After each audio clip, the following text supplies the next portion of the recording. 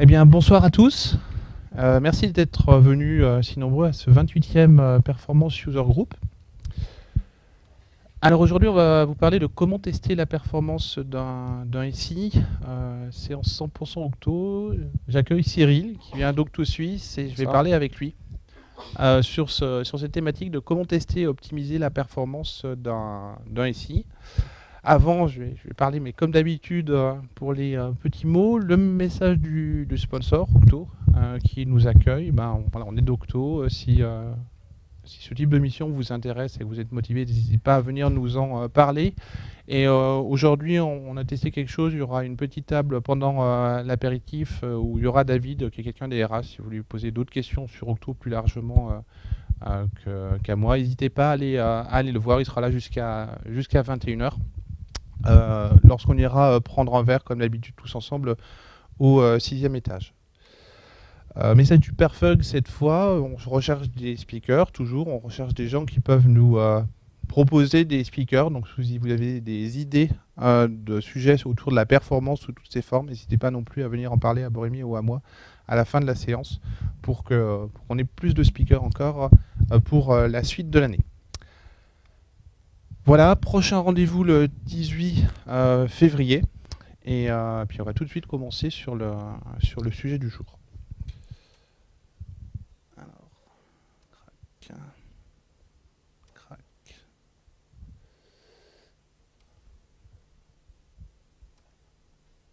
Comment on fait un plein écran sur ce truc-là, F11?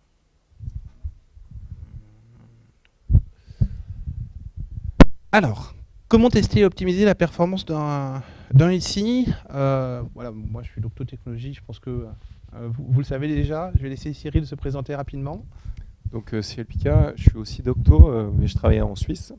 Donc à l'origine, c'est une session qu'on a jouée, pour ceux qui connaissent, à SoftShake avec Marc, qui est une conférence qui a lieu en octobre à Genève. Et donc voilà qu'on rejoue là ce soir.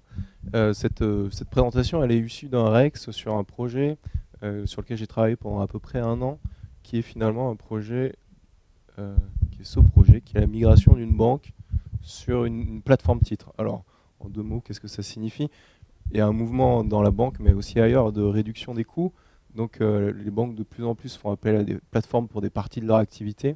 Et là, il y avait une plateforme existante qui faisait le courtage et la partie dépôt titre, qui gérait en centrale un ensemble de banques. Donc il y avait déjà un ensemble de banques qui étaient sur cette plateforme. Et le projet consistait à rajouter une nouvelle banque sur cette plateforme. Sauf qu'il y avait une problématique bien particulière, c'est que cette nouvelle banque représentait un volume qui était plus gros que l'ensemble des volumes des banques en cumulé. Donc, en plus d'une problématique sur ce genre de projet fonctionnel, financier, projet, il y avait une vraie problématique de performance. Alors, avec un vrai bémol, vous allez voir les chiffres. On parle ici de performance faible. Ça va être très loin de ce que vous connaissez si vous essayez de faire du tuning d'application. On est dans le domaine bancaire, les volumes sont pas si énormes que ça, mais je pense que c'est une démarche qui s'applique même sur des volumes plus élevés. Donc c'est pour ça qu'on a pensé que c'était utile de vous faire ce Rex. Alors quelques chiffres. Donc souvent une plateforme titre, on parle du volume. Le volume, c'est souvent qualifié par le nombre d'opérations, d'ordres de bourse qu'elle traite. Donc c'est ce que je vous disais, on faisait x2 sur la plateforme au total en termes de nombre d'ordres de bourse. Mais il y avait d'autres caractéristiques de la plateforme qui étaient, elles, plus sollicitées. Donc en termes de portefeuille titre, en termes de nombre de clients, on était à x5 ou x10. Tout simplement parce que la plateforme existante, c'est une plateforme qui gérait initialement surtout des banques privées. Alors, en Suisse, tout le monde voit plus ce que c'est. Ici, c'est moins courant. Mais banque privée, c'est peu de clients, beaucoup de transactions. Et là, la banque qui est arrivée et qu'on allait héberger sur cette plateforme, c'est une banque de détail. Donc beaucoup de clients et assez peu de transactions. D'où cet écart sur le nombre de clients et le nombre de portefeuilles titres. Et puis pour finir sur le contexte du projet, donc alors, la partie centrale en vert, c'est la partie partagée. La partie à gauche, bon, pas grand-chose, mais c'est la partie, c'est la banque qu'on allait héberger. Il y avait pas mal de systèmes. Disons qu'il y avait une dizaine d'applications. Évidemment, pour une banque, c'est juste une sous-partie du SI, mais donc, c'est déjà un ensemble assez conséquent à étudier quand vous étudiez la performance à travers une dizaine d'applications. La plupart, le gros du SI dans ces banques, c'est ce qu'ils appellent le CBS, quelque chose qui tourne sur mainframe. Donc dans la partie partagée, c'était un progiciel sur mainframe. La partie banque cliente, c'était que du code custom sur mainframe. C'était le gros du SI. Puis autour, plein de pétales, comme on le voit souvent dans les SI, des applications Java ou des progiciels qui s'étaient greffés depuis une quinzaine d'années et qui faisaient des fonctions un peu plus périphériques du SI. Voilà pour le panorama, on va dire, technologique. Alors, quand on veut faire de la performance, on entend beaucoup de choses sur une application déjà et encore plus sur un SI. On entend souvent autant attendre la mise en production. Et on voulait montrer que même si sur un système d'information dans son ensemble, c'est compliqué de faire de la mesure et de l'optimisation de performance, c'est toujours plus intéressant d'avoir fait des choses même imparfaites que d'attendre la production pour arriver à trouver où sont les problèmes de performance. J'ai appelé ça des méconnaissances, c'est un terme qui vient de l'analyse transactionnelle. Lorsqu'on parle de performance à l'échelle d'un SI, on entend beaucoup de choses qui sont un peu comme les 6 stades de la méconnaissance. La première chose, c'est les gens qui nient l'existence du problème. Voilà, on a bien travaillé, ça va passer, il n'y a pas besoin de faire de tests de perf, qu'est-ce que vous nous embêtez avec ça? Après, ceux qui passent un petit peu plus loin, ils vont nier l'existence de solutions, ils vont faire effectivement, il faudrait faire des tests de performance, mais il faudrait tout tester, il faudrait tester avec les volumétries de prod, il faudrait tester avec la plateforme de prod, il faudrait tester la totalité des transactions de la banque, comment on fait? La réponse, c'est impossible. C'est impossible à tester sauf en prod.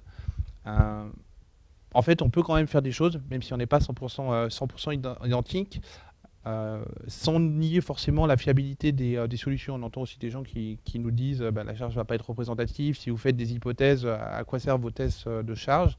Non, même en faisant des choses qui ne sont pas totalement représentatives, si on les fait avec méthode, on peut en tirer des enseignements qui sont tout à fait utiles.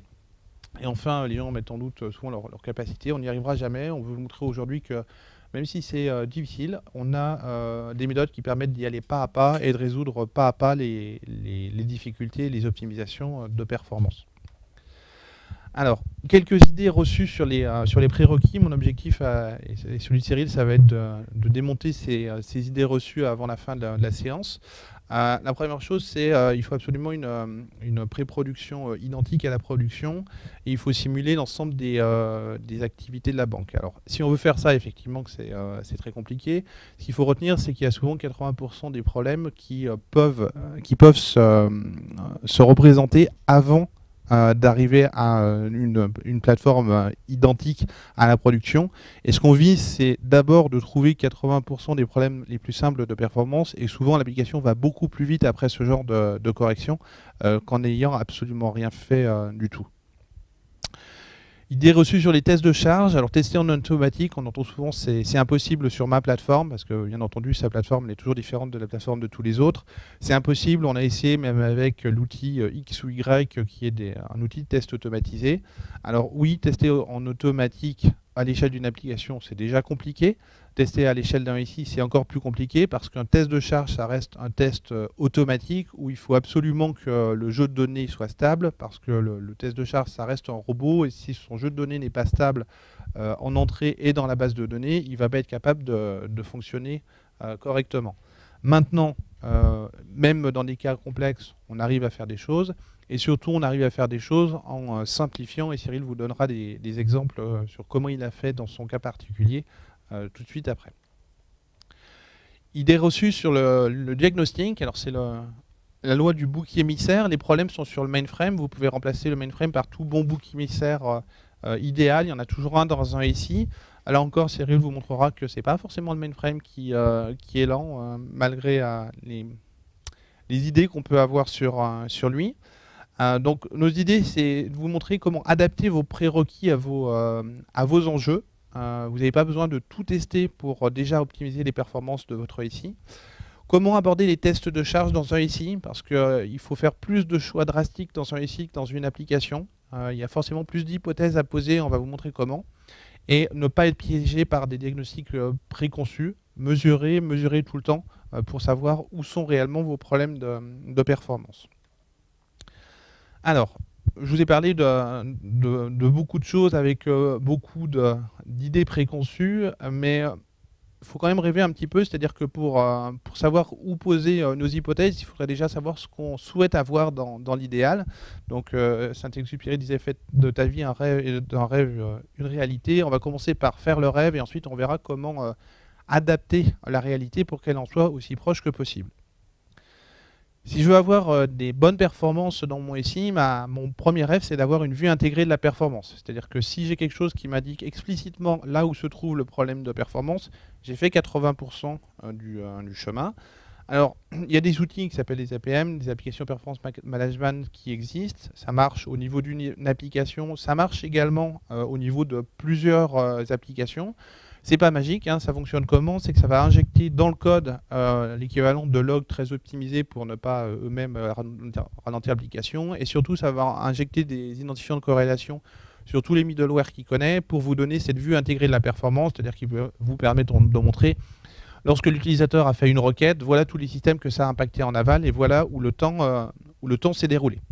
C'est pas magique, ça fonctionne sur les technologies que les éditeurs ont instrumentées. Donc les technologies les plus faciles. Manque de chance dans le cas de Cyril, il y a du mainframe, il y a tout un tas de choses. Est-ce que c'est impossible? Non. Non, il y en a qui le font au niveau d'un SI. Alors pas tout le monde. Là j'ai pris l'exemple de Google qui pour ses besoins a instrumenté de la même façon avec Google Wrapper l'ensemble de ses applicatifs pour avoir une vue intégrée de la performance au niveau de son SI. Il y a d'autres approches et une approche que j'aime beaucoup, c'est une approche qui consiste à partir de très simple, très simple en se disant qu'on a déjà beaucoup d'informations. Quand vous êtes dans un SI et qu'on vous demande de regarder la performance, commencez à demander où sont les logs, quels sont les logs. C'est rare qu'il n'y en ait aucun. Et il y en a souvent quelques-uns qui sont exploitables. C'est-à-dire à commencer par ça. Rien qu'avec un peu de grep de SED, on peut commencer à avoir des premières informations sur où se répartit le temps de réponse. Et avant de dire que c'est impossible d'avoir une vue intégrée, commencez à collecter tous les logs possibles et en faire une première vue intégrée. Ça vous donnera beaucoup d'informations sur la performance au niveau de votre SI. Quels outils? C'est très simple, de l'analyse de log avec Python et Panda, c'est ce que tu as fait Cyril, si je me rappelle bien. Collectez aussi tout ce que vos outils système vous permettent de donner, les Nmon, les VMstats, ça sort aussi également du fichier texte. Et la version, on va dire, 0 de l'APM, ça peut être de collecter les logs applicatifs, les logs des performances système et déjà de regarder s'il n'y a pas une corrélation entre des temps longs et des serveurs surchargés. Ça paraît pas grand-chose, mais par rapport à des gens qui disent on peut rien faire, on peut déjà au moins faire ça et trouver des informations. En rêve ensuite, tout ce que j'aimerais avoir pour faire des tests de charge, c'est des développements qui soient terminés, des données qui soient entièrement migrées pour avoir la volumétrie du jeu de données de production, des personnes qui soient disponibles pour m'expliquer comment ils ont codé l'application pour que je puisse faire mon test de charge correctement, et des personnes colocalisées idéalement, c'est plus facile pour leur poser des questions. Alors, dans le rêve, il y a le rêve et la réalité. Dans la réalité, je vais séparer les intangibles, c'est-à-dire les points sur lesquels je pense que si vous ne les avez pas, là vraiment, vous ne pouvez pas vous prononcer sur les performances, des points où il va falloir s'adapter. Les intangibles, c'est d'avoir un environnement opérationnel. La première des règles, j'ai beaucoup insisté dessus, c'est mesurer toujours pour pas faire de diagnostic sur des présuppositions. Si vous n'avez pas d'environnement opérationnel, vous allez forcément rater des choses. Un jeu de données minimal, c'est là où on peut jouer, pas forcément un jeu de données complet, mais un jeu de données qui permette de jouer de façon représentative ce qui se passe sur l'application. La volumétrie est un facteur supplémentaire. Oui, si vous n'êtes pas avec la volumétrie totale de la base, elle ne va pas se comporter pareil. Mais comme je le disais, l'objectif, c'est déjà de résoudre 80% des problèmes de performance. Et souvent, on se rend compte que même avec une base partiellement remplie, il y a déjà des problèmes de performance qui apparaissent et qui peuvent être corrigés. Enfin, une zone de mesure isolée. Si vous êtes sur un endroit où il y a d'autres personnes qui sollicitent le système, vous ne pourrez jamais rien déduire de vos mesures. Pour le reste, sachez vous adapter. Sachez trouver les solutions de contournement qui vont bien. Donc, on l'a vu, le monde parfait où on a un APM qui trace de bout en bout la performance de système, il existe rarement. En tout tout cas chez moi, il n'existait pas. Donc la première chose que je vous conseille quand vous abordez ce genre de projet, c'est d'avoir une méthode, on va dire. Donc là, ce que je vais vous présenter dans cette partie, c'est comment on s'y est pris. Et pourquoi comment on s'y est pris? Parce qu'en fait, à l'échelle d'un SI, si vous commencez sur 10 applications à lister le nombre de problèmes de performance que vous pouvez avoir, il va y en avoir beaucoup. Et la seule chose dont je suis sûr, c'est que vous ne pourrez pas tous ni les tester, ni les traiter. Donc il va commencer par, la première chose à faire, c'est faire des choix. Et comment on fait des choix? De manière assez classique, c'est prendre un temps en début de projet pour ce qu'on appelle cadrer, donc de manière time-boxée, balayant en largeur l'ensemble des problèmes que vous pouvez avoir, sans chercher absolument à trouver de solution, mais juste pour les lister et les prioriser. Alors comment j'ai fait ça moi sur ce projet? Marc le disait, les équipes elles n'étaient pas colocalisées, donc on était dans, je pense, 4 pays sur une dizaine d'applications. Donc de toute façon, même la connaissance fonctionnelle de chaque application, il n'y a personne qui l'a entièrement. Donc ça passe par faire des entretiens avec les différentes équipes IT, faire des entretiens avec les utilisateurs pour lister ces problèmes et puis arriver avec quelque chose in fine qui ressemble à ça, c'est sur votre carte des applications, avoir une liste de problèmes priorisés. Alors je vous donne des exemples, hein. L'essentiel, c'est pas vraiment sur mon projet quels étaient les exemples, mais c'est plus vous donner des exemples typiques. Alors en jaune, c'est des problèmes qu'on appelait des problèmes potentiels. Quel type de problème de performance on va pouvoir avoir avec les volumes cibles. Et puis en marron, c'est les problèmes existants. Alors ça, je dirais, c'est la première chose à regarder. C'est souvent la partie immergée de l'iceberg. En fait, si vous avez des problèmes existants de performance, même si aujourd'hui ils sont gérables, très souvent, je vous invite à les creuser parce que très souvent, quand les volumes vont augmenter, ça va être des problèmes qui vont devenir critiques. Donc c'est important dans ces entretiens avec les équipes d'essayer de recueillir ce genre de problèmes. Puis après, vous allez avoir des problèmes assez typiques hein, à l'échelle d'un SI. Vous aurez toujours des problèmes de capacité en termes de nombre de transactions. Vous aurez des problèmes de volumétrie, donc des volumétries en base qui pourraient augmenter, quel impact sur les temps de réponse. Vous aurez très souvent des problèmes de temps de réponse end-to-end, donc souvent accompagné d'un SLA. Donc en gros, le client va vous imposer, typiquement nous a imposé un SLA end-to-end sur les ordres de bourse. Donc entre le moment où il nous envoyait un ordre de bourse et le moment où il était exécuté sur le marché. Alors il y a plein de conditions, mais de toute façon, il va falloir s'assurer qu'on le respecte. Vous aurez des problématiques assez classiques sur certains systèmes d'augmentation du nombre d'utilisateurs et des problématiques aussi classiques dans des SI un peu anciens de durée des batchs.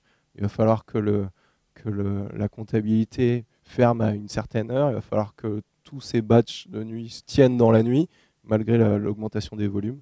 Et puis, quelque chose que vous pourrez avoir aussi, et qu'on avait, puisqu'on avait des nouveaux utilisateurs sur des nouveaux sites, s'assurer que d'un point de vue réseau, avec la latence réseau du nouveau site, les temps de réponse des applications ne vont pas s'écrouler.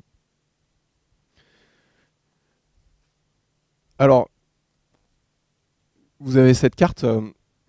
Cette carte, elle ne sert pas à grand-chose. Hein. Ça va être votre fil rouge. Nous, ça a été notre fil rouge pendant toute une année, mais en pratique, vous n'avez rien résolu. Vous avez juste priorisé les problèmes. Vous savez à peu près dans quel ordre les prendre, mais c'est à peu près tout. Puis surtout, fondamentalement, vous n'avez rien simplifié parce qu'aujourd'hui, chaque problème, potentiellement, il stimule l'ensemble de votre SI et donc il reste difficile à tester. Donc l'étape d'après, quand on a fait ça, on s'est dit, il faut qu'on simplifie, on ne va jamais réussir à tester chaque problème, même de manière isolée. Et donc l'approche qu'on a prise, c'est le pattern, on va dire, divide and conquer, c'est-à-dire d'essayer de diviser nos problèmes, et cela de deux manières. Le premier, pour chaque problème, on s'est posé la question de se dire, est-ce qu'on ne pourrait pas réduire le nombre de systèmes qui est concerné pour en faire un test un peu plus simple, et pourtant qui nous amènera quand même des éléments de réponse. Et le deuxième, c'est de simplifier aussi à chaque fois nos cas de test, donc de réduire la dimensionnalité. Donc, est-ce qu'on a vraiment besoin des données migrées? Très certainement non. On peut simplifier ces augmentations de volume en utilisant des données pas parfaite, mais au moins représentative des données les plus courantes. On peut simplifier les cas de test. Des types d'ordre de bourse, vous en avez des centaines, on ne va pas tous les tester. Et puis de toute façon, dans une activité quotidienne, il y en a certains qui sont plus fréquents que d'autres. C'est ceux-là qu'il va falloir tester plus que les autres. Alors, je vais vous donner un exemple pour rendre la chose un peu plus concrète. Donc une des problématiques, une des étoiles sur notre carte, c'était le référentiel titre. Donc référentiel titre, c'est là-dedans qu'on gère toutes les caractéristiques des actions, des fonds, leur cours. Et puis la plupart, il y a un ensemble d'utilisateurs front office qui y accèdent. Puis dans le cadre du projet, on allait passer de 500 utilisateurs front, donc des gérants existants, à 1500. Donc on faisait x3 sur ces utilisateurs et se poser la question de savoir si l'application allait tenir le coup. Donc si on prenait le problème dans son ensemble, en fait, ce référentiel titre était connecté à 4 autres systèmes.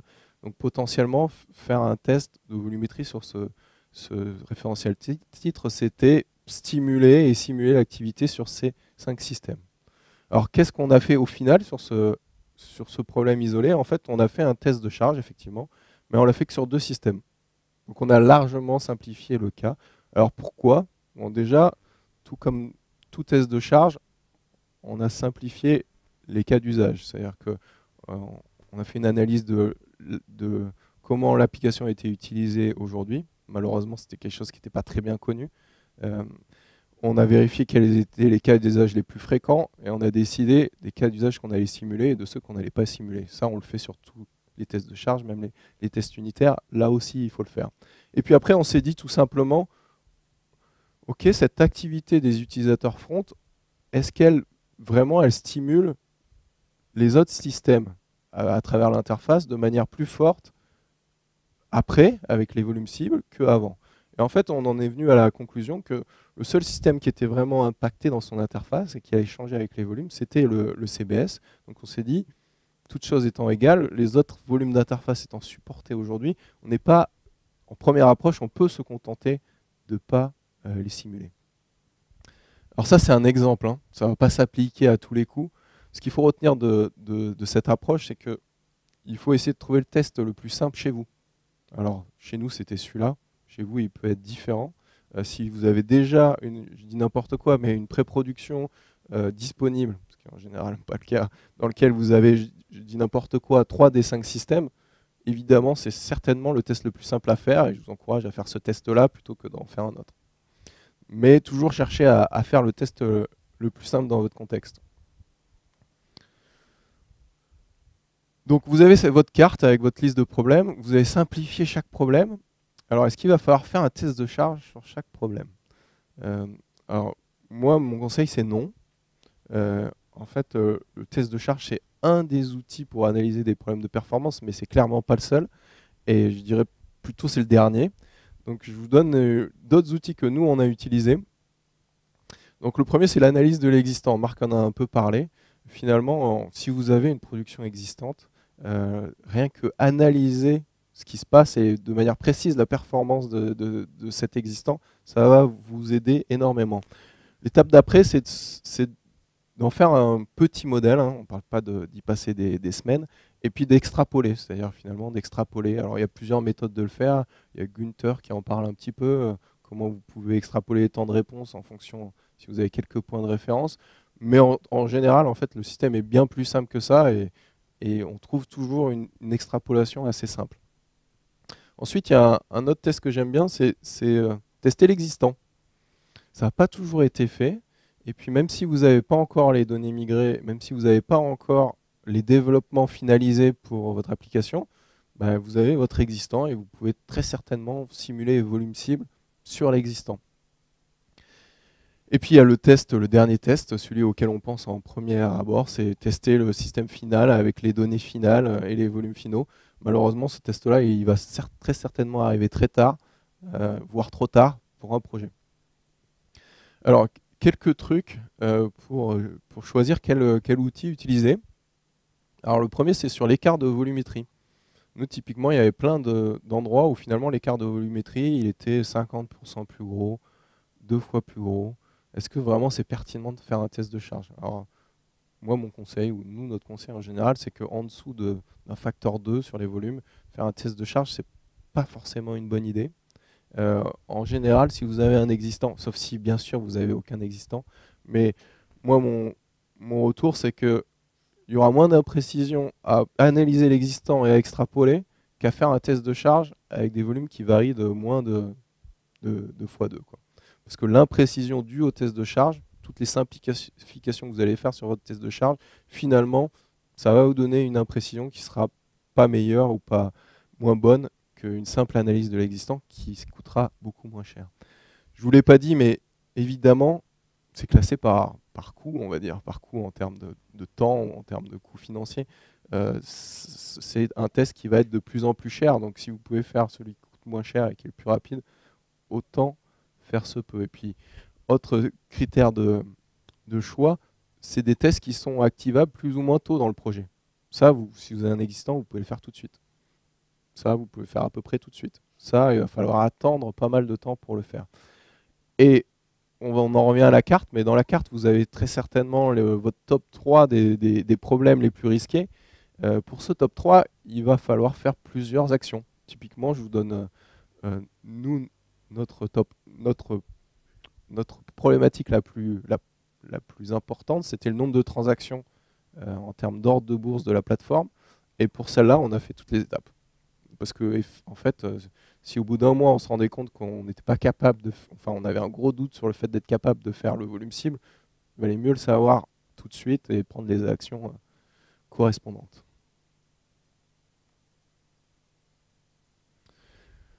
Alors, on a beaucoup parlé de simplification. En faisant toutes ces simplifications, il y a des choses qui vont être fausses. Donc malheureusement, on parle de performance, donc comme vous en faites, j'imagine, vous le savez aussi bien que moi, et de toute façon, ce que vous allez faire, elle ne va pas être parfait, et puis il va y avoir des choses qui vont être passées à travers des mailles du filet, puis je ne prétends pas prétendre ce qui ne va pas marcher, savoir ce qui ne va pas marcher. En tout cas, moi, je peux vous dire ce qui n'a pas marché chez nous. À chaque fois qu'on s'est planté, c'était soit parce qu'on ne connaissait pas très bien la performance existante, puis on a essayé d'analyser la cible, ou de simuler la cible, soit parce qu'on connaissait en fait pas très bien l'usage qui était fait aujourd'hui de l'application, l'usage des utilisateurs. Et ça, tout simplement, ça fait qu'on a mal priorisé le problème. Typiquement, si on pensait que la performance existante était correcte, on a plutôt relayé ça en bas de notre liste, puis finalement, dans les derniers mois, c'est remonté très fortement, mais en fait, parce que on est parti sur des on-dit, des choses pas toujours très factuelles sur une partie de la carte. Et puis la deuxième chose, c'est mauvaise connaissance des usages existants. Quand vous allez faire vos simplifications, si vous ne connaissez pas exactement les usages, vous allez tirer des traits, faire des simplifications qui ne vont pas marcher. En tout cas, il y en a certaines qui n'ont pas marché chez nous. Donc je vous encourage à faire attention à ces aspects-là et puis pas démarrer trop vite en fait vos simplifications.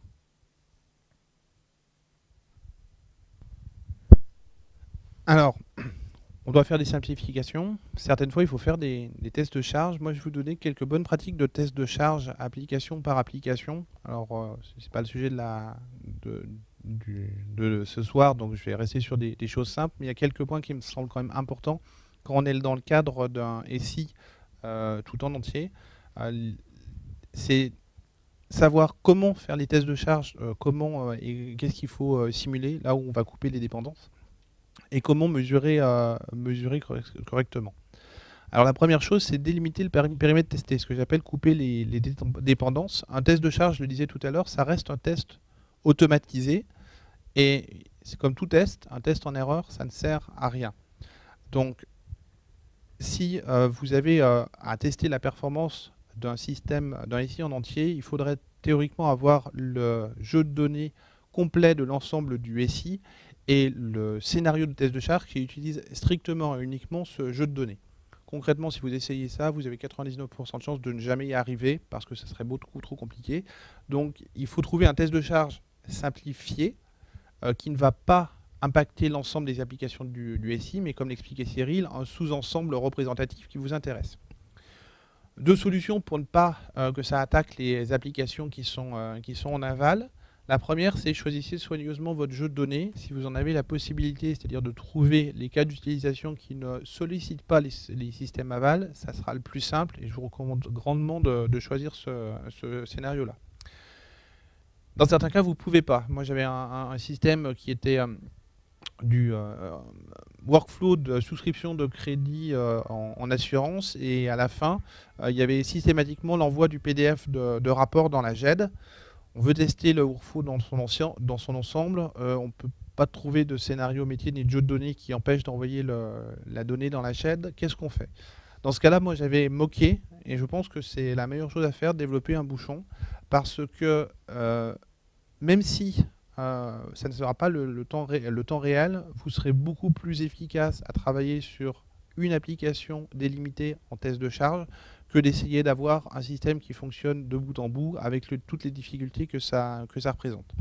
J'ai également fait le choix de faire un bouchon qui ne représentait pas des temps de réponse, c'est-à-dire qui était le plus simple possible et représentait un temps fixe, parce que toutes les imprécisions que ça peut représenter d'avoir un système externe, avoir voulu essayer de les représenter par un bouchon plus intelligent qui aurait reproduit le temps de réponse du système en général, ça me semblait pas assez fiable pour être utilisé. Donc je préfère travailler sur un test de charge unitaire d'une application et ensuite avoir une modélisation que je maîtrise mieux pour extrapoler à qu'est-ce que voudrait dire le temps de réponse global de la chaîne ou du SI. Bouchonnez donc les composants qui sont utilisés systématiquement et bouchonnez-les le plus simplement possible. On va parler après de comment reconstruire le temps de réponse global de bout en bout qui intéresse l'utilisateur final. Mais je préfère travailler sur des temps de réponse application par application qui sont plus simples. Si on bouchonne, si on fait des simplifications, il faut quand même les faire scientifiquement pour que ça soit utilisable. Quelques points là-dessus, sur modéliser le comportement de mes utilisateurs. Et la première question qui paraît parfois un peu triviale, c'est combien d'utilisateurs en simultané? Ou plus exactement, qu'est-ce qu'un utilisateur simultané? Alors sur une application, c'est déjà parfois compliqué. Lorsqu'on est dans un SI et qu'on pose la question de quel va être le nombre d'utilisateurs simultanés sur le core banking system qui n'est pas appelé en direct mais à travers 3 applications, ça peut devenir relativement arrache-cheveux. Il y a quelques règles simples. La première chose, c'est de se mettre le plus possible dans une modélisation scientifique. Principalement, commencer par faire des statistiques sur la performance. Si vous ne faites pas de statistiques, vous allez au-devant de gros ennuis. Et la meilleure statistique que vous pouvez avoir, si vous l'avez, c'est en production. Allez chercher la vérité en production. Allez faire des statistiques en production. Les statistiques, le minimum, c'est moyenne et percentile. Lorsqu'on vous dit le système répond en 2 secondes, ne le croyez pas. Demandez un minimum un percentile pour avoir une meilleure vision de ce temps de réponse. On peut avoir des modifications un peu plus avancées pour le nombre d'utilisateurs en entrée. Ça peut être des exemples de loi de Poisson. Moi, je travaille majoritairement avec la moyenne et le percentile et ça donne déjà un gros avantage par rapport à un seul chiffre. Lorsqu'on fait de la modélisation et qu'on cherche le nombre d'utilisateurs simultanés, on peut avoir la réponse on ne sait pas. Et en fait, c'est quelque part mieux d'avoir une vraie démarche construite, de faire des hypothèses sur le nombre d'utilisateurs simultanés que de croire des on-dit. Et souvent, les gens oublient qu'ils ont des informations à leur disposition. Je vais prendre un exemple d'une nouvelle application qui remplaçait de la billetterie. Alors la billetterie, c'est les billets papier qu'on postait encore dans les bus. Ils remplaçaient ça par de la billettique, mais ça venait d'arriver. Donc globalement, ils n'avaient absolument aucune stat sur comment l'application de vente des tickets allait se comporter. Il fallait proposer un nombre d'utilisateurs simultanés. Il y a quand même quelques informations que j'avais essayé de construire. C'est le cycle de diffusion de l'information, c'est des statistiques sur l'ensemble de la population française. On sait à peu près quels sont les gens qui vont se ruer sur la nouvelle technologie dès qu'elle va arriver. On dit que c'est à peu près 2,5%. Ceux qui vont arriver dans les mois qui suivent et ceux qui attendront qu'il y ait vraiment plus de billets papier pour essayer de faire quoi que ce soit. Ça peut se coupler avec des statistiques qui sont des statistiques de production qu'on n'a pas, qui est juste la moyenne des utilisations d'Internet par la population française. Et moi, j'avais fait une courbe orange qui était de dire, pour acheter son billet ou de carte orange, on ne va pas le faire à toutes les heures, on va plutôt essayer de faire ça entre midi et 2, ou ou en rentrant du travail. Ça reste une grosse imprécision, mais entre un chiffre que quelqu'un a sorti sur un coin de table et qu'on lui demande de dire mais pourquoi est-ce que vous avez sorti ce chiffre-là, il ne sait pas le dire, et un modèle à peu près construit, ça permet au moins de challenger le modèle et d'avoir un ordre de grandeur. Et dans mon cas, entre le chiffre qui était sur un coin de table et celui-là, il y avait un ratio 2 ou 3, ce qui avait permis de fortement challenger le nombre d'utilisateurs simultanés qui souhaitaient injecter dans l'application. Dernier point sur la modélisation, qu'est-ce qu'un utilisateur simultané ? Alors, le nombre d'utilisateurs simultanés, quand on fait un test de charge, on va faire quelque chose de représentatif, c'est-à-dire qu'on va simuler un utilisateur par un robot qui va faire des clics, mais entre les clics, un utilisateur, ça lit l'écran, éventuellement ça saisit un formulaire, et ça met un peu de temps pour faire ça. C'est la notion de temps d'attente. Donc là, j'ai une unité de temps de pause qui sont entre 7 ou 8 secondes. Et moi, la modélisation que je propose toujours pour calculer le nombre d'utilisateurs simultanés, c'est qu'avec la modélisation que j'ai proposée au préalable, je sais à peu près dire que pendant 1 heure, je vais avoir à peu près 200 personnes qui vont acheter un billet. Je sais que je vais avoir un scénario qui va avoir 7 à 8 secondes de pause pendant 10 à 15 fois, plus le temps de réponse de mon système, le temps pour qu'un utilisateur fasse vraiment l'achat d'un billet, je sais à peu près le déterminer. Je fais ma division pour dire combien est-ce qu'il en faut qui tourne pendant l'heure, pour que j'ai mes 200 utilisateurs à la fin de l'heure qui est mon billet. C'est ce qui va me donner mon chiffre que je donne réellement à mon injecteur de test de charge, là c'est Gatling, qui est le nombre de scénarios, ce qu'il appelle. Donc c'est pas des threads dans Gatling, mais c'est des exécutions parallèles qui vont réellement s'exécuter en parallèle. Et souvent j'ai vu des méthodes de calcul où on dit il me faut 200 tickets, je mets 200 utilisateurs simultanés. Non, là, on surcharge la machine vraiment pour rien.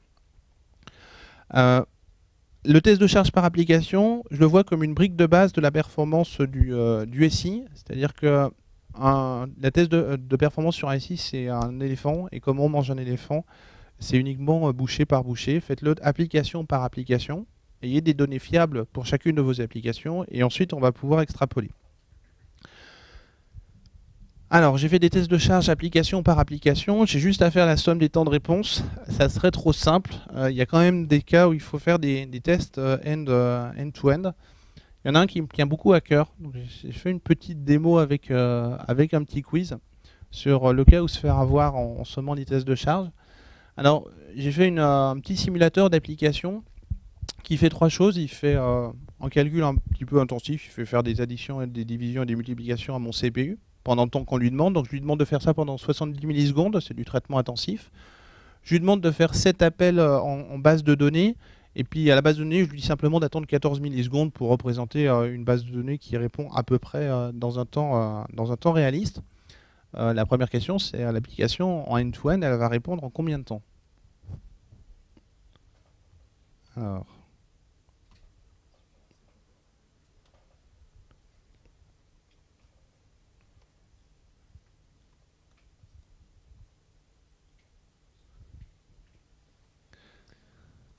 Allez, quelqu'un veut jouer pour s'entraîner? Ça, c'est le cas simple, c'est le cas pour s'entraîner.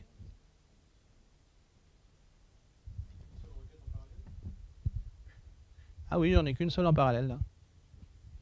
C'est pour s'entraîner, là, c'est simple. Vous arrivez encore à voir, là, tac, comme ça?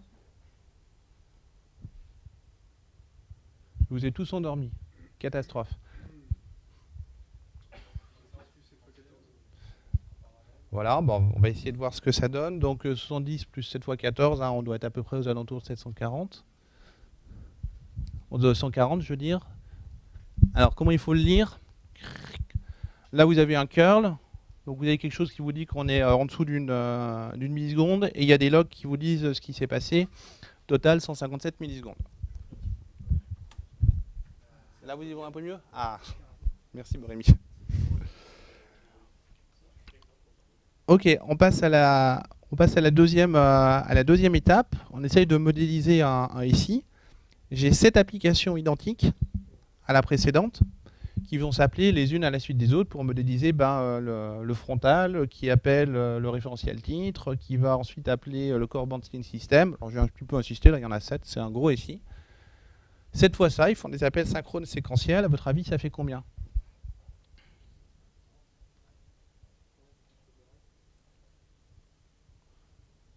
Allez, l'overhead, vous le donnez à combien à peu près? 7 fois le temps, là on est à 7 fois 157.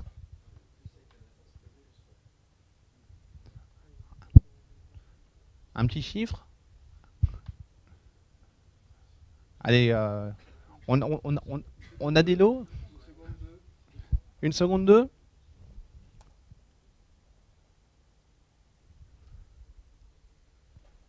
Une seconde 3. Allez, on va la refaire. 1 seconde 2, c'était pas mal. 1 seconde 1, voilà. Donc 1 seconde 2, c'était assez bien fait. Et alors, rien, c'est l'exécution de mon PC qui fait que, suivant les petites optimisations qui peuvent se passer, ça digite un peu plus, un peu moins. J'ai des petites variations de plus ou moins 10%. On essaye de deviner un truc statistique, c'est normal, c'est des performances. Alors, j'ai essayé ensuite de représenter quelque chose de... donc ça, c'était juste pour s'échauffer. Hein. Le truc marrant, c'est celui-là. Je fais la démo parce que j'ai parfois beaucoup de mal à convaincre les gens de ce truc-là. On est dans un environnement beaucoup plus réel, où entre les applications, on a mis des firewalls, on a mis tout un tas d'équipements réseau, puis on essaie de calculer les temps de réponse globales. Alors, pour simuler ça sur une seule machine, j'ai tout mis dans Docker. Et Docker, il a un truc qui m'a beaucoup aidé, c'est que tout passe par une interface réseau. Et là, sur l'interface réseau, j'ai rajouté un peu de latence pour simuler ce qui se passait. C'est-à-dire que j'ai simulé des firewalls applicatifs un petit peu méchants qui rajoutaient 10 millisecondes de latence. Et j'ai déjà vu 10 millisecondes de latence dans un SI. À votre avis, quand on a fait ça, on a quel temps de réponse de bout en bout? Toujours avec cette application qu'il faut chacun cet appel en base de données. Voilà, et depuis 10 millisecondes, c'est pas non plus exagéré. Moi, je me rappelle, entre les deux sites, on avait environ 40 millisecondes de latence.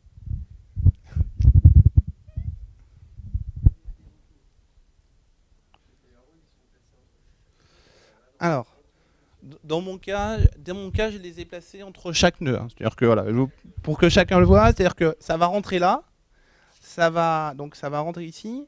Ça va passer une première fois par l'interface, donc ça va se prendre la latence. Ça va passer sur mon premier nœud qui est l'application. Ensuite, ça va ressortir, ça va repasser 7 fois pour aller 7 fois voir la base de données. Donc ça va reprendre 7 fois la latence. Et les applications se réappellent, donc on recommence encore le truc 7 fois. Allez et retour. Mais quand on regarde dans la réalité, parfois on n'est pas loin de ça. Ouais, c'était déjà un bon ordre de grandeur. Quelqu'un veut ici un chiffre?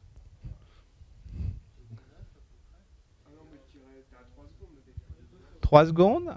3 secondes. Est-ce qu'il y a une autre proposition? Allez, j'ai un beau maillot à gagner pour celui qui est le plus proche. 2 secondes 5. Un meilleur chiffre? 5 secondes. Allez, bon, on va essayer.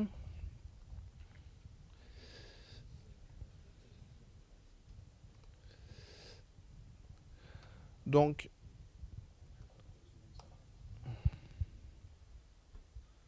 voilà, donc là je lui ai rajouté de la latence, 10 millisecondes de latence.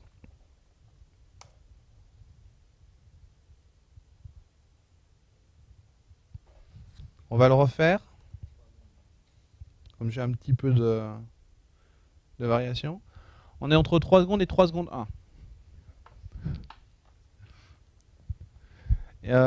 Je me suis amusé à faire ça parce que souvent quand les gens parlent de 10 millisecondes de latence, c'est très compliqué à leur expliquer que ça peut être un problème. Et lorsqu'on parle de la performance dans un SI, on peut vite se faire avoir par ce genre de subtilité-là.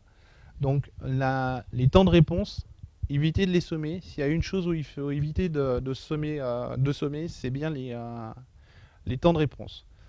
Des problèmes mineurs comme ça peuvent devenir critiques à l'échelle d'un SI parce qu'il y a vraiment un effet de masse. Donc 1, la latence.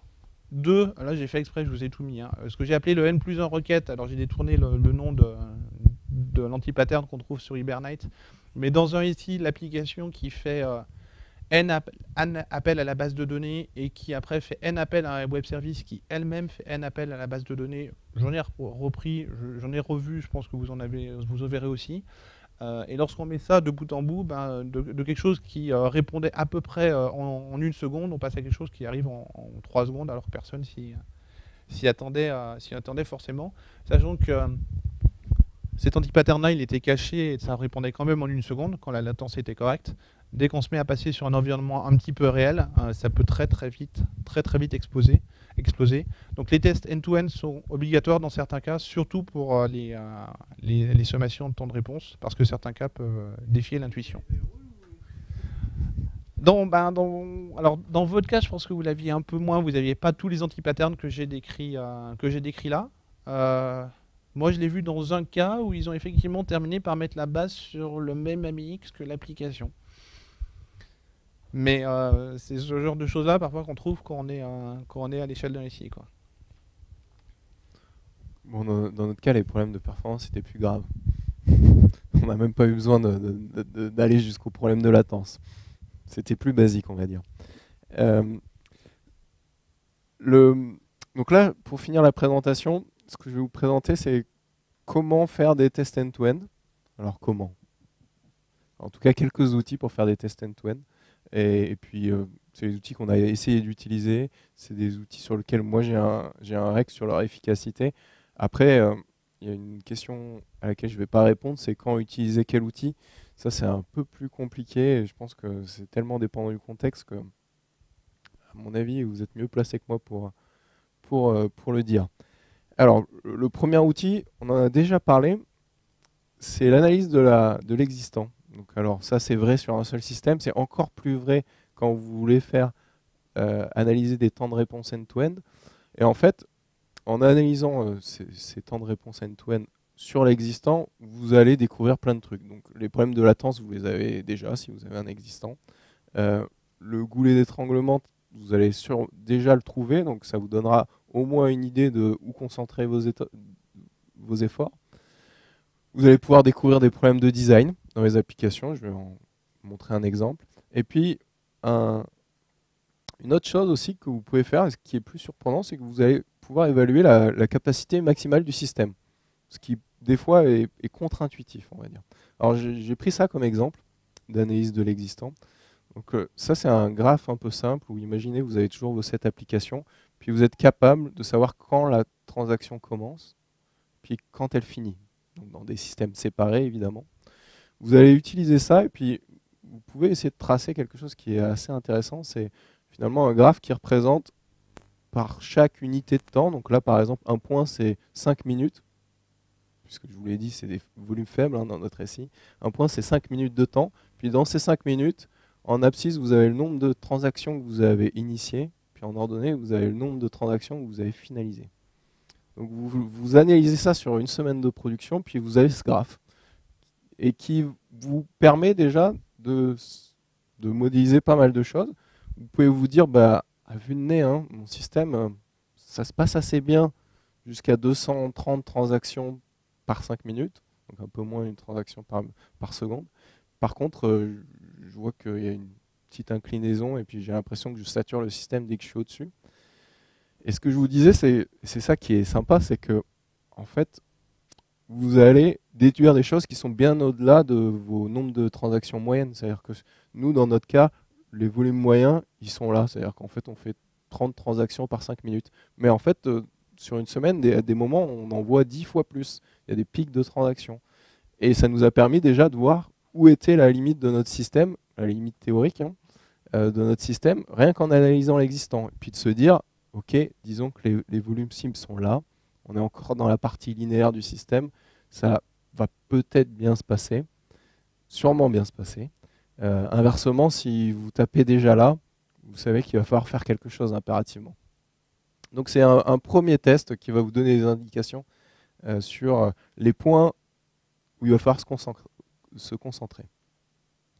Alors cet outil, je l'ai déjà vendu plein de fois dans la session, moi je pense qu'il est central, mais il faut faire super attention quand on fait une analyse sur une journée de production, parce que vous pouvez dire tout et n'importe quoi aux chiffres. Alors un petit exemple. sur lequel nous aussi on s'est fait avoir. Donc la première analyse de production en end-to-end, on avait vu que une journée avec environ 1000 transactions dans la journée, temps de réponse moyen c'était 15 secondes. Et puis on avait analysé une deuxième journée avec 2000 transactions dans la journée, puis le temps de réponse c'était 40 secondes. Alors si on fait justement l'extrapolation et puis qu'on se dit en cible on en a 5000 par jour, on a un problème de temps de réponse là. Clairement, le temps de réponse il va se dégrader de manière assez forte. Et en fait, on n'avait aucun problème. Alors tout simplement parce que on est... Pardon ? Ah, le percentile. Alors les percentiles dans ce cas-là, ils n'étaient pas bien différents, mais c'est vrai que c'est une bonne question. Et en fait, on avait un problème, c'est que le diable se cache des fois dans le détail, c'est que quand on regardait l'histogramme sur la journée de la répartition de la charge, c'était à peu près similaire. Mais l'histogramme sur une journée, bah, vous faites des barres qui font quelques minutes, quoi. Mais en fait, en allant plus loin, bah, on s'est rendu compte que si on regardait vraiment dans des fenêtres de 10 secondes combien on recevait de transactions, bah, on se rendait compte qu'en fait, la journée à 2000 ordres, bah, il y a un moment, on avait reçu 400 transactions quasiment dans la même seconde, ce qui n'était pas du tout le cas dans l'autre journée. Donc, alors ça, c'est quelque chose que Marc a déjà dit. Attention aux chiffres sur ce genre de... Quand vous faites des statistiques, on peut vite se faire avoir. Et le problème, quand on fait des analyses sur des durées assez longues, c'est qu'on n'a des fois pas le temps de regarder tous les détails, quoi. Surtout sur 7 systèmes. Alors le deuxième outil qu'on a pas mal utilisé, c'est le benchmark unitaire. Donc mesurer le temps de réponse en end-to-end, mais sur une transaction. Alors ça peut paraître un peu décevant pour un test de performance, de mesurer le temps de réponse sur une transaction. Mais en fait, c'est comme quand vous faites un test de charge sur une application. Nous, on a l'habitude de dire à nos clients, avant de faire un test de charge, est-ce que vous avez mesuré les temps de réponse de chaque écran?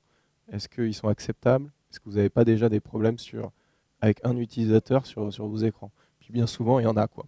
Moi, ça m'est arrivé déjà d'arriver pour des tests de charge et les premières semaines, on n'a pas fait de test de charge, quoi. On a juste mesuré justement les écrans, puis on a fixé les écrans parce que une fois la base chargée avec des données représentatives, unitairement, ça répondait déjà très très mal.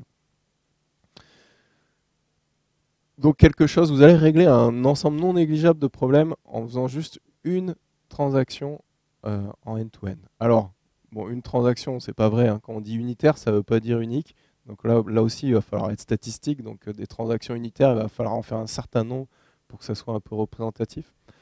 Donc là, je vous donne un exemple sur notre projet. Donc on avait mesuré le temps de réponse en end-to-end sur la création d'un ordre. Donc entre le moment où le gestionnaire place l'ordre et le moment où l'ordre est sur le marché. Donc il n'y avait pas 7 systèmes, il y en avait 5 en pratique. Et puis voilà, on l'a représenté de cette manière, avec le temps finalement passé dans chaque système en faisant quelque chose d'assez basique, en demandant juste à chaque on va dire gestionnaire d'application qui nous fournisse un timestamp d'entrée et de sortie de son application. Puisque de toute façon, toutes les applications fonctionnaient correctement. C'était une hypothèse de base. Donc ce qu'on s'est rendu compte, c'est que déjà, les temps de réponse, les temps de traitement dans chaque application étaient à peu près corrects, à part un, que je vous ai mis en orange, qui était un CBS, où effectivement le temps était assez long. Il faut savoir que notre SLA, c'était donc moins de 5 secondes pour 75% des ordres. Donc déjà, unitairement, ça ne marchait pas. On s'est rendu compte d'une autre chose, et ça c'était par contre vachement plus surprenant, c'est qu'il y avait une superbe couche de transformation qui avait été introduite entre les différents SI pour faire de la transformation, des choses d'architecte en général. Et le temps de réponse était très très bon, mais de manière étonnante, on avait des temps inexpliqués entre deux systèmes, et ça c'est ce que vous allez très souvent constater. C'est-à-dire qu'entre le moment où l'application dit avoir fini son traitement et le moment où l'autre dit le commencer, il y aura toujours pas mal de temps, et c'est rare de ne pas avoir de surprise. Donc une partie du job au début, c'est déjà de comprendre si finalement cette seconde-là, elle est passée plutôt ici ou plutôt ici. En tout cas, on en avait déjà des pistes, et typiquement, c'était des vrais problèmes de design. On les a traînés pas tout du long, mais on a dû les résoudre. clairement, il y avait des problématiques de polling entre queues dans le USB qui faisaient qu'on avait ces temps même sur un seul ordre. Et puis les temps de réponse dans le CBS étaient lents et il a fallu les améliorer. Alors mon règle sur cet outil, je pense que s'il faut faire qu'un seul test, il faut faire celui-là. Donc si vous faites qu'un seul test ou si vous pensez que vous pouvez en faire aucun, faites quand même celui-là, vous allez apprendre plein de choses. Et puis, ouais, vous allez apprendre pas mal de choses sur votre système. Alors un troisième outil qu'on a aussi utilisé, c'est ce que j'appelle le pic de transaction. Ça consiste à envoyer un grand nombre de transactions, toujours pareil, en end-to-end à votre système et à regarder ce qui se passe. Alors, regarder ce qui se passe, qu'est-ce que ça veut dire? En général, ça va être difficile de regarder. Donc, typiquement, nous, on envoyait 500 ordres d'un coup au système en entrée. On simulait 500 ordres qui arrivaient sur la saisie des ordres. Vous n'allez pas regarder les 500 ordres, hein, ça va commencer à être compliqué. Donc moi, ce que je fais très souvent, c'est que je regarde le premier et le dernier. Et souvent, je regarde plus le dernier que le premier. Donc là, typiquement, on voit que bah, voilà, les 500 ordres sont arrivés en même temps. Bon, déjà, hein, le premier, c'est pas terrible. On est passé de 7 secondes à 27 secondes pour traiter le premier. Donc ça, il y a sûrement des choses à investiguer. Et puis le dernier, c'est 10 minutes. Donc là, vous allez retrouver des choses que vous avez vues en unitaire. Typiquement, le temps de traitement long dans le CBS, bah, vous allez voir tout de suite le bottleneck dans votre système. C'est le premier système en amont duquel le temps d'attente va exploser. Donc là, vous avez 400 secondes d'attente avant le traitement dans le CBS du 500e ordre. Alors ça vous va apprendre pas mal de choses sur le design, c'est que clairement, vous saviez que le temps de traitement était long. En unitaire, il y a quelque chose que vous ne saviez pas, c'était comment ça marchait. Est-ce que le système était parallèle? Ça, vous ne pouvez pas le savoir en unitaire. Voilà. Alors là, soit il n'est pas parallèle du tout, si vous faites une règle de 3, soit le parallélisme est très mauvais. Donc déjà, vous confirmez des choses. Puis la deuxième chose, c'est que typiquement, vous allez découvrir d'autres problèmes de design. Sur l'ESB, temps de traitement court. Alors ok, on avait des problématiques de polling, mais on n'imaginait pas qu'on avait des problèmes de capacité aussi. Ben, en fait, on a aussi trouvé des problématiques de design sur la solution de SB qui avait été choisie. Alors, un Rex rapide sur cet outil. Pour moi, c'est le complément idéal du précédent. Vous avez fait un test unitaire, vous faites un test, on va dire, avec un pic de transaction. L'intérêt par rapport à un vrai test de charge, c'est que c'est vachement plus simple à mettre en œuvre. Typiquement, la plupart du temps, en fait, vous n'avez même pas avoir besoin de développer d'injecteur pour faire ça, parce qu'il y a souvent un cas fonctionnel valide qui va vous permettre de générer ce pic de charge sans rien injecter de particulier. Donc ça, c'était notre cas. Puis le deuxième intérêt de ce test, qui a été presque plus l'utilité de ce test, c'est un test de robustesse. En fait, c'est souvent la première fois que vous allez tester la robustesse end-to-end de vos systèmes et que vous allez constater, alors des fois des problèmes de parallélisme, mais des fois carrément des bugs de parallélisme. C'est-à-dire qu'il y a certains systèmes qui sont parallèles, mais qui sont parallèles dans le mauvais sens du terme, et qui vont vous faire des rejets, qui vont vous faire des ordres qui vont pas aller jusqu'au bout, enfin plein d'erreurs. Donc c'est un premier test de robustesse qui prépare en général assez bien la production. Alors avant-dernier outil, c'est l'outil que j'aurais eu tendance à faire en premier, donc se dire on va rejouer une journée de production. Alors évidemment, hein, on tient compte de tout ce qu'on a dit avant, on a simplifié la journée de production, il ne s'agit pas de reproduire toute l'activité des utilisateurs, ni toute l'activité des différents brokers, des dépositaires. Il s'agit de le reproduire de manière simplifiée, mais quand même. Alors, nous, on l'a fait sur ce projet. J'ai un Rex assez mitigé sur cet outil. Évidemment, c'est coûteux. Dans notre cas particulier, on a quand même trouvé des choses sur ce test. Mais j'ai tendance à dire que ces choses-là, on aurait dû les trouver avant. Si on avait appliqué tout ce qu'on vous a dit ce soir, on n'aurait pas eu besoin de ce test.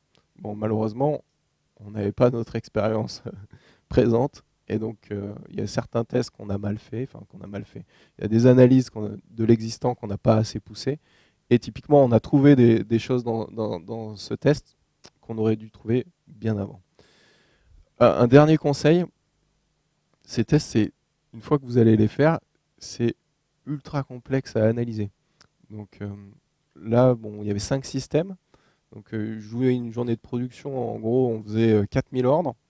Bah, le premier test qu'on a fait, on a mis 3 jours pour essayer de comprendre les écarts entre les 5 systèmes.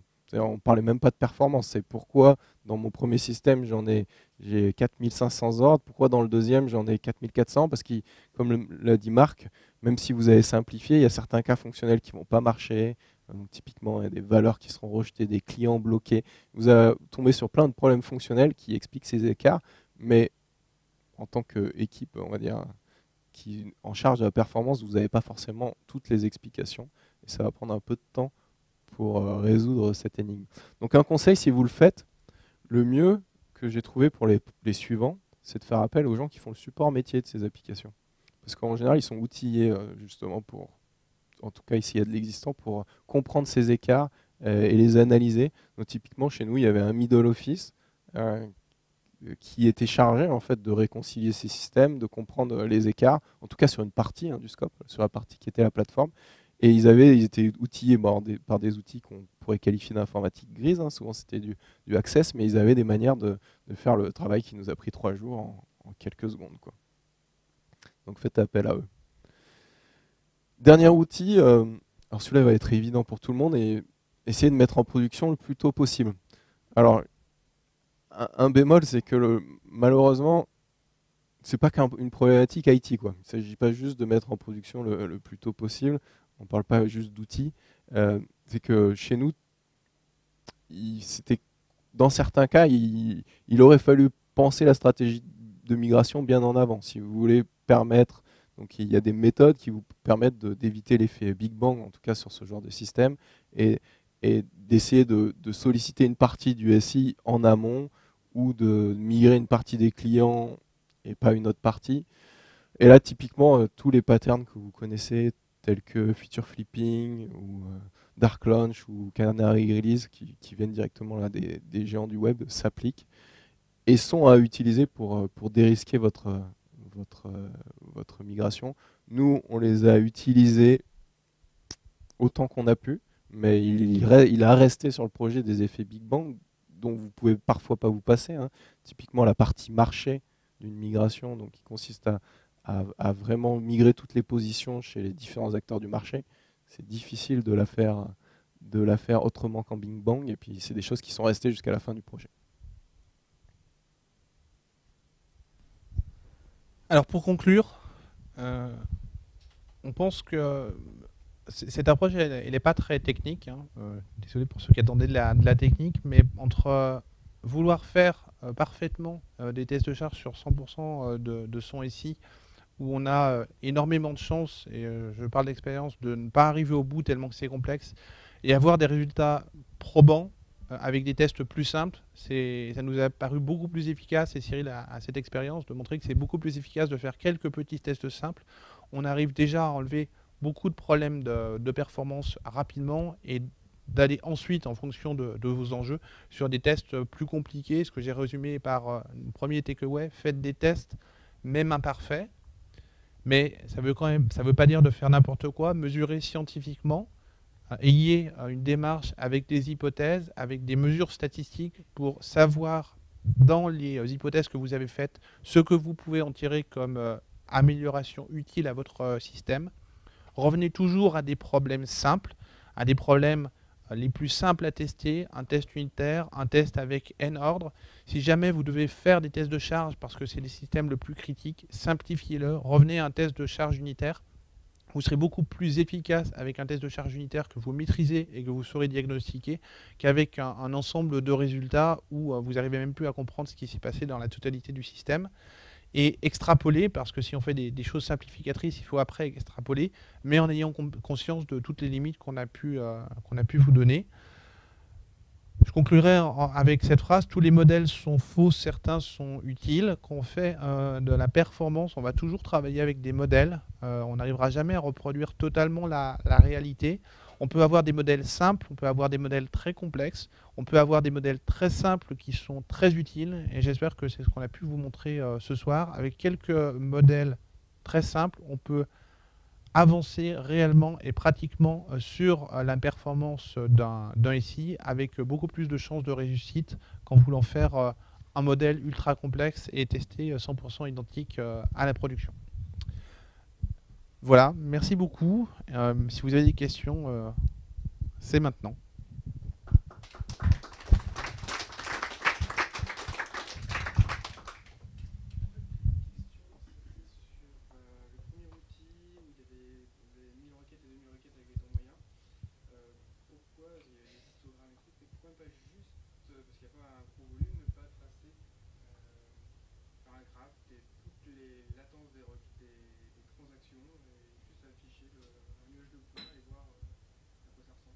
Je répète la question pour l'enregistrement. Donc sur le premier outil où il y avait l'injection avec 1000 et 2000 requêtes, pourquoi simplement pas avoir tracé le nuage de points, c'est ça?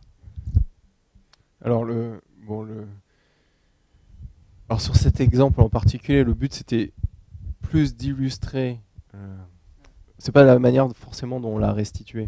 Ce que je voulais illustrer, c'était que finalement, à l'échelle d'une temporalité assez grande, puisque quand on analyse une production, des fois c'est sur des journées, voire sur des semaines, les statistiques deviennent vite fausses. Donc effectivement, quand on restituait notre analyse sur la journée, c'était pas juste un chiffre, mais quelque part, on était quand même, en la simplifiant, on était arrivé à cette conclusion qu'on avait un problème de temps de réponse, alors que c'était faux.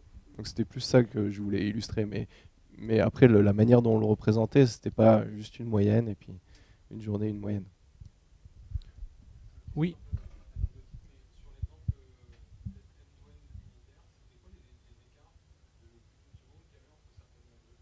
Donc sur les tests, le test unitaire end-to-end, qu'est-ce que c'était que le point d'interrogation qui était plus d'une seconde d'attente? Donc typiquement, alors c'est la partie dont je parlais qui était un ESB qui était utilisé. Alors c'était un ESB enfin, dire, spécialisé sur la niche financière, donc qui était sur la partie tout ce qui est Swift. Et en fait, la manière dont c'était construit, qui paraît incroyable pour quelque chose qui fonctionne sur des bus événementiels, sur du MQ, c'est qu'il y avait entre certaines queues à l'intérieur du bus, mais c'était un progiciel, une brique qui était utilisée, des pollings. Sauf que ça, vous le découvrez quand vous le testez. Ce n'est pas vendu sur la plaquette. La brique est censée pouvoir faire des centaines de milliers de messages. Mais en pratique, c'était vrai sur la capacité, mais en tout cas sur le temps de réponse, c'était catastrophique, quoi.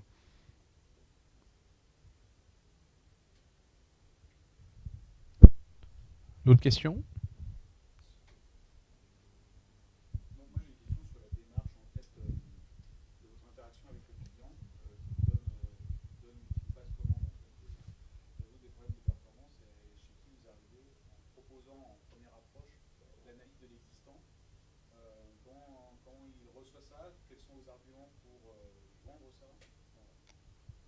Alors la démarche, comment on la vend au client? Je te laisse répondre, après je donnerai une autre anecdote.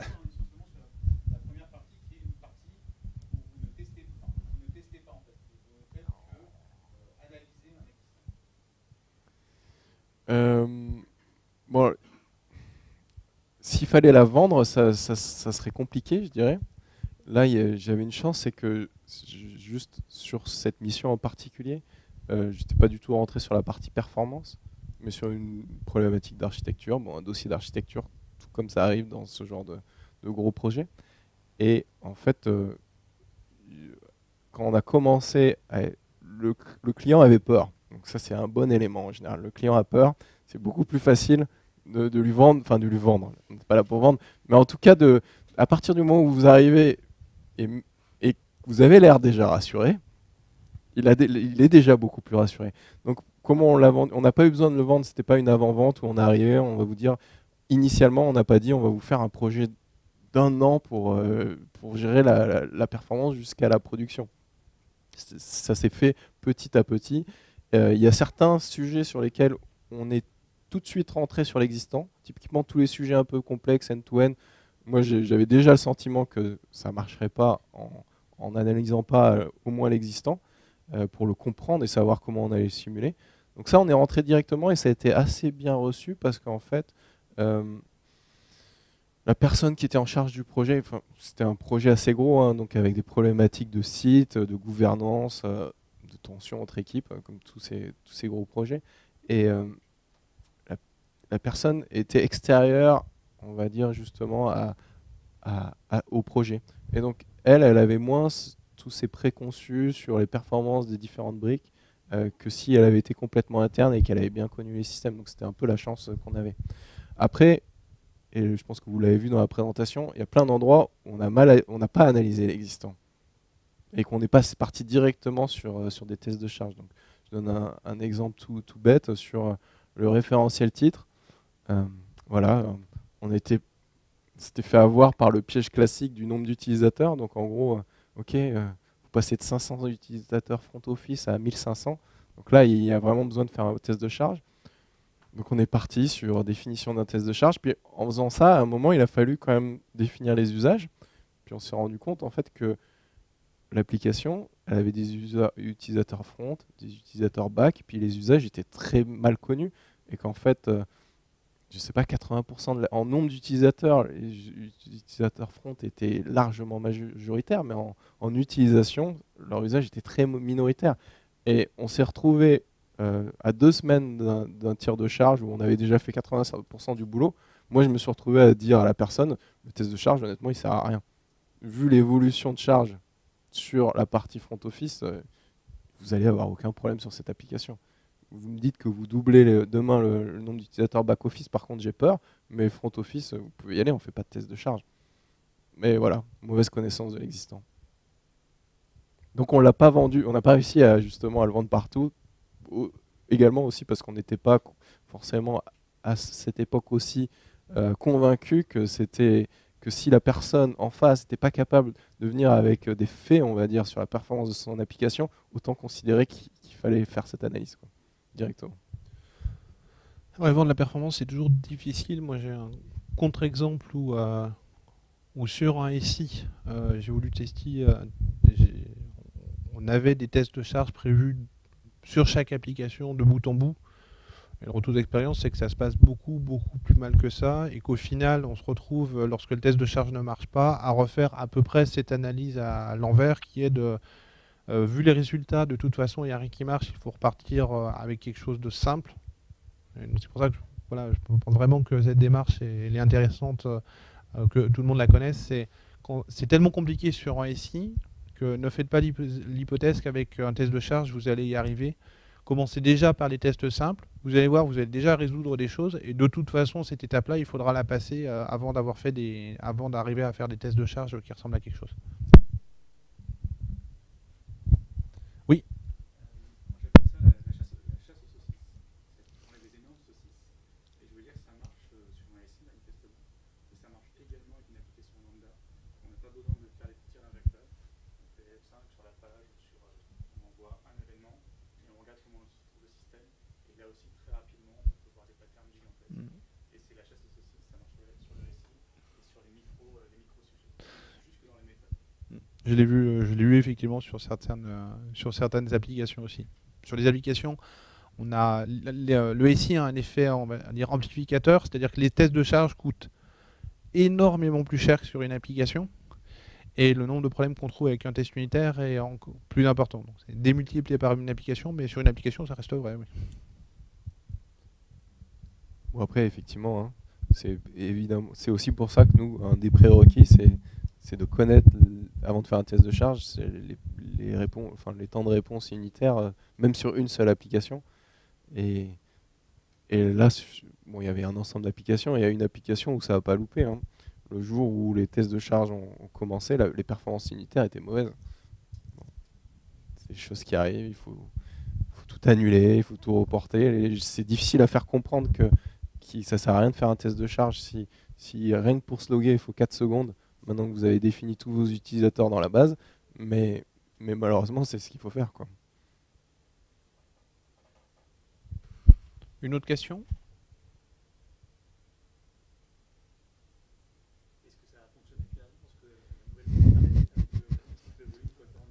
Ça, c'est la question piège. Alors, le Go Live, c'est la semaine prochaine. Donc, je sais pas, je peux vous donner mon identifiant Twitter, mon handle Twitter, et puis vous saurez. Non, bon, alors, je rigole à moitié. parce qu'en fait, il y a quand même des choses qui sont déjà en production. Donc il y a des éléments de réponse qu'on a en partie. Mais la vraie réponse sur est-ce que cette approche a fonctionné, en tout cas aujourd'hui, nous on est rassurés dans notre ensemble. Et puis je pense qu'il y a quelque chose aussi qui est très important, c'est que je pense qu'on a traité la partie 80% des problèmes, on va en avoir vu le scope du projet, mais on s'est déjà regardé. Parce qu'on a déjà instrumenté la plupart finalement des applications, hein, que ce soit de l'instrumentation juste du middleware ou que ce soit des instrumentations de log, on va dire. Donc on sait déjà comment faire les analyses, c'est-à-dire qu'il y a des choses qu'on a simulées dans une sandbox, mais on va être capable de mesurer quand même en production. Donc il y a un ensemble d'actions qui sont déjà prévues sur le Go Live pour suivre si finalement ce qu'on a calculé sur les temps de réponse, les capacités en end-to-end va être vrai en prod. Et finalement, déjà monitorer ces écarts au début, ça va aussi nous permettre, bon, bien sûr on n'est pas à l'abri d'un truc catastrophique le premier jour, mais déjà, on sera plus réactif, et deux, en mesurant les premiers jours comment se comporte réellement le système, on va aussi être capable de savoir si on est proche d'un point de rupture ou pas. Donc typiquement, il y a un ensemble de sujets qui sont sous surveillance. D'ailleurs, c'est des sujets où, en théorie, ça passe. En pratique, il y a une marge sur laquelle on n'est pas complètement confortable. Donc on sait qu'un jour, sur une journée d'activité moyenne, on n'a aucun souci. Et on sait que sur ce sujet-là, sur le pire jour de l'année, on peut avoir un souci, mais tout dépendra du vrai temps de réponse en prod une fois que tout sera connecté. Donc sur ce sujet-là, on sait que la première semaine, on va vérifier si nos hypothèses sont vraies, quoi. Donc réponse lundi prochain.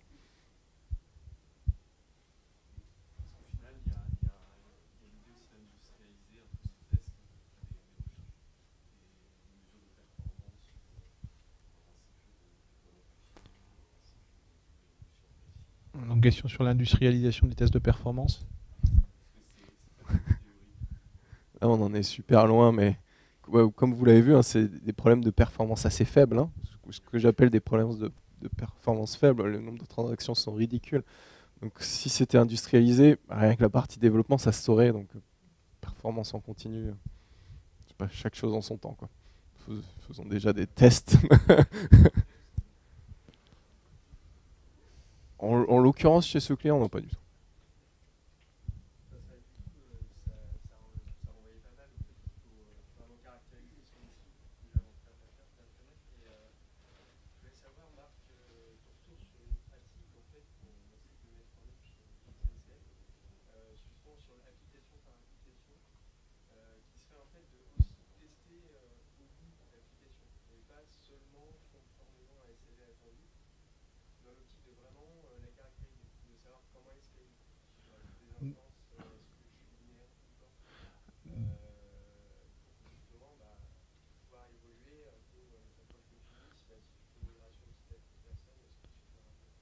Donc la question, c'est l'intérêt de caractériser le comportement de l'application, non pas uniquement sous charge nominale, mais dans d'autres configurations. Dans l'idéal, oui. Plus on connaît de choses sur l'application, plus on se sera préparé à des cas qui peuvent arriver en production. Donc oui, c'est une bonne chose. Dans la difficulté à faire, on vous donnait des outils dans l'ordre de difficulté, c'est encore un cran au-delà des tests de charge. Donc si on a tout déroulé, que les tests de charge se sont bien passés, effectivement le test de rupture, quand le test de charge on l'a fait et qu'il marche, je fais toujours le test de rupture, c'est-à-dire pousser l'application jusqu'au son dernier tronc retranchement pour savoir comment elle va tomber et être capable de l'instrumenter, de le monitorer. Évidemment c'est bien. Après, il y a encore voilà, toutes les variantes, les grands sites web, les gens qui ont la grosse perf le font. Faut l'ajuster aux différents enjeux. Oui, un site qui est vraiment sous votre trafic et pour ses critiques pour eux, ils vont le faire avec un test de rupture, ils vont faire un test de rupture avec chute d'une instance et remontée d'une instance pour s'assurer que lorsque l'instance remonte, on retrouve bien la capacité nominale. Ils vont le tester dans tous les cas qui peuvent arriver en production pour se préparer au pire. mais dans l'ordre de priorité, mettez-le après les tests de charge. De toute façon, vous avez besoin d'injecter pour faire ça. Donc. Une fois que c'est automatisé, on peut décliner plus. Là, on est dans des... C'est l'exemple du SI où je disais, plus qu'encore que sur une application, ça coûte tellement cher qu'il faut mieux commencer petit et enlever tous les problèmes avant de commencer l'investissement sur les tests de charge, parce que ça va devenir énorme. Dans le SI, on oublie aussi souvent un détail, je ne sais pas si on a assez insisté, c'est qu'on a souvent beaucoup de progiciels. C'est-à-dire que quand on est sur du code custom, on arrive à peu près dans les rêves que je vous ai dit, à avoir des personnes disponibles qui vous expliquent l'application. Quand c'est une application avec des développeurs, on arrive à peu près à avoir une partie de ces prérequis-là. Quand c'est un progiciel, qui plus est un progiciel en mainframe qui est déjà dans la boutique depuis 10 ans, mais auquel on va doubler la charge, qu'on fait un test de charge dessus, c'est tout de suite beaucoup plus folklorique. Oui.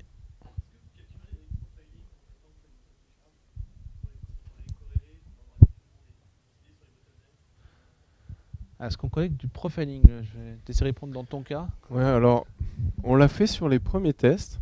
Donc c'est ce que disait un peu Marc, c'est-à-dire que dans les premiers tests, en plus, effectivement, de tous ces logs, de timestamp d'entrée, timestamp de sortie, en gros une référence qui nous permettait de corréler les différents événements dans les systèmes. On collectait des logs plus, on va dire, plus machine. Alors donc on récupérait sur AX tout ce qui était Edmon, sur mainframe des métriques un peu équivalentes. Même chose sur les différents JVM qui étaient concernés.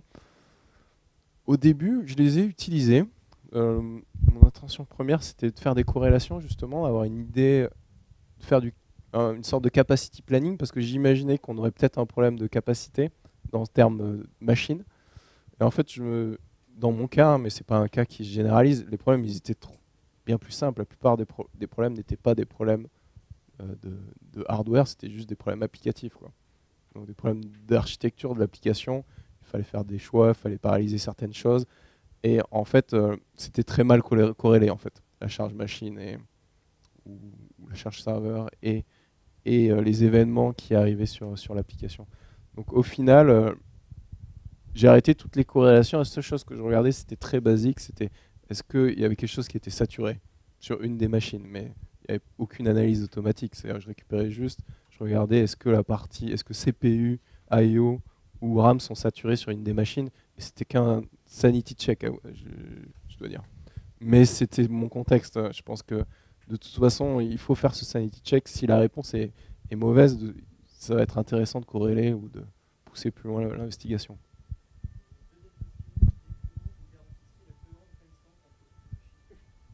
Alors, la cohérence des timestamps entre toutes les machines. Alors, on s'est fait avoir.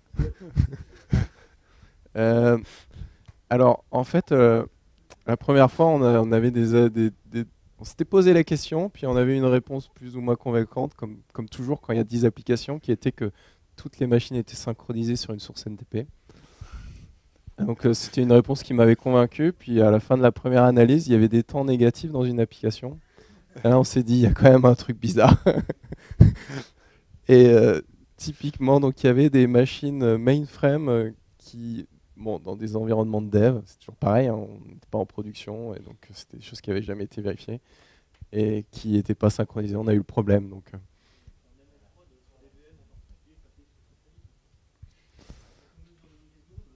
ouais, alors.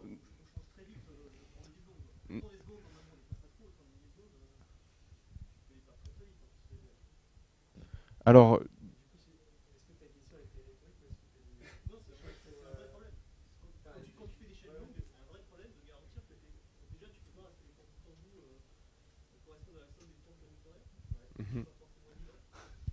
ouais.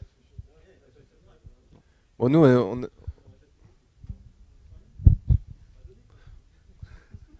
Dans l'ordre de grandeur, là on est sur des ordres de grandeur qui sont à la seconde, donc il faut à minima avoir avoir vérifié que les horloges étaient à peu près corrélées à la seconde près, ce qui permet de réduire les problématiques.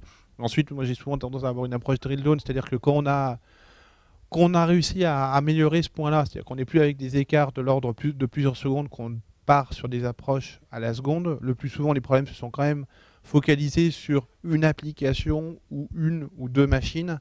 Et là, on peut être plus fin avec corréler vraiment les instances ou mettre du monitoring à base de...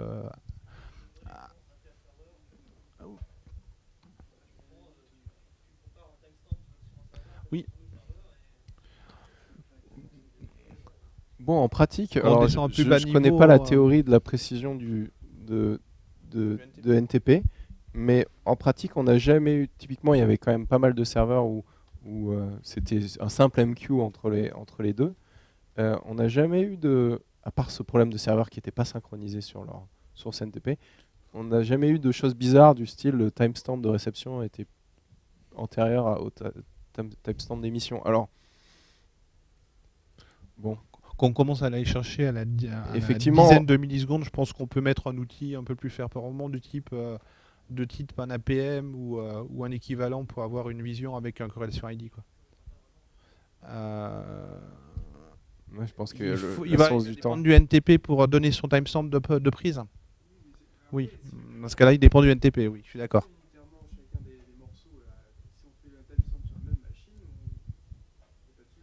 Oui, sur les temps de traitement, mais c'est entre les deux. C'est une solution si on peut faire le bout en bout sur une seule machine. Pour ça, c'est pas cher, c'est moins cher. Moins cher que le NTP. Après, effectivement, s'il y a un gros écart entre le end-to-end et unitairement, on peut les regarder entre deux machines s'il n'y a pas des problèmes de réseau ou quoi que ce soit pour firewall. Mais voilà, déjà, on a pu réduire le scope pas cher.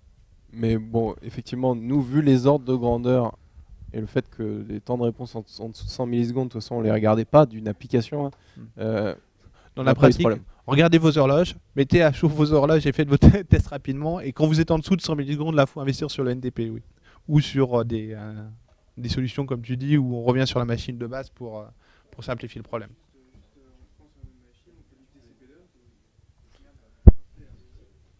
Là, effectivement, on a évité le NTP.